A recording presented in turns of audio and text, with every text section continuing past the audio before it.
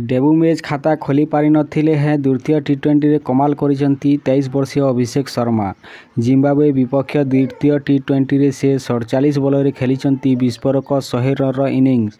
तांको सह ताल दे ऋतुराज गायकवाड़ और रिंकू सिंह मध्य निजर विस्फोरक रूप देखाइछंती। गायकवाड़ 77 और रिंकू अपराजित 48 रन इनिंग्स खेली फल 24 घंटा तले जिम्बाब्वे ठारू अप्रात्याशित ढंगरे हारी जाइथिबा भारत आजिर मैच रे निर्धारित 20 ओवर 2 विकेट हराई 234 रन करिछि।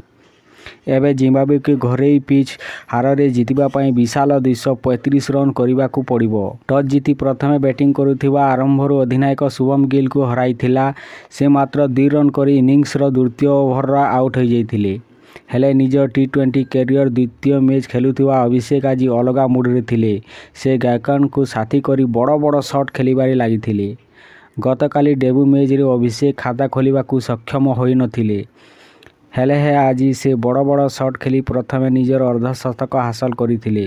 गायकवाड़ सह मिसी द्रुत गति रे दलीय स्कोर को मध्य आगकू नेउथिले। एथिसह फाइन लेग अंचल रे छक्का मारी निज टी20 कैरियर प्रथम शतक 46 बॉल रे हासिल करथिले। तेबे परवर्ती बॉल रे वेलिंगटन मासाकाजा तांकू आउट कर देथिले। अभिषेक तांकर विस्फोरक इनिंग्स रे 8 टी छक्का और 7 टी चौका मारिछंती।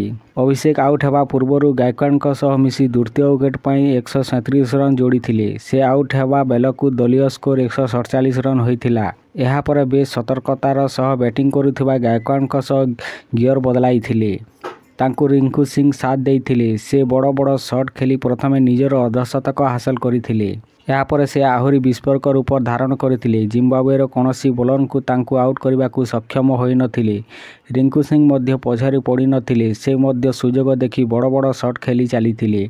एथिसह 19 ओवर सुधा दलीय स्कोर को 213 रन रे पहुंचाई देथिले।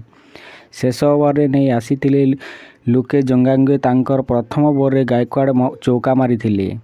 परवर्ती बॉल से 1 रन नहीं। बाकी 4 बॉल रिंकू सिंह 2टा छक्का और गोटे चौका मारी दलीय स्कोर को 234 रन रे पहुंचाई देथिले। रिंकू सिंह 22 बॉल रे 5टी छक्का और 2टी चौका बॉल रे 48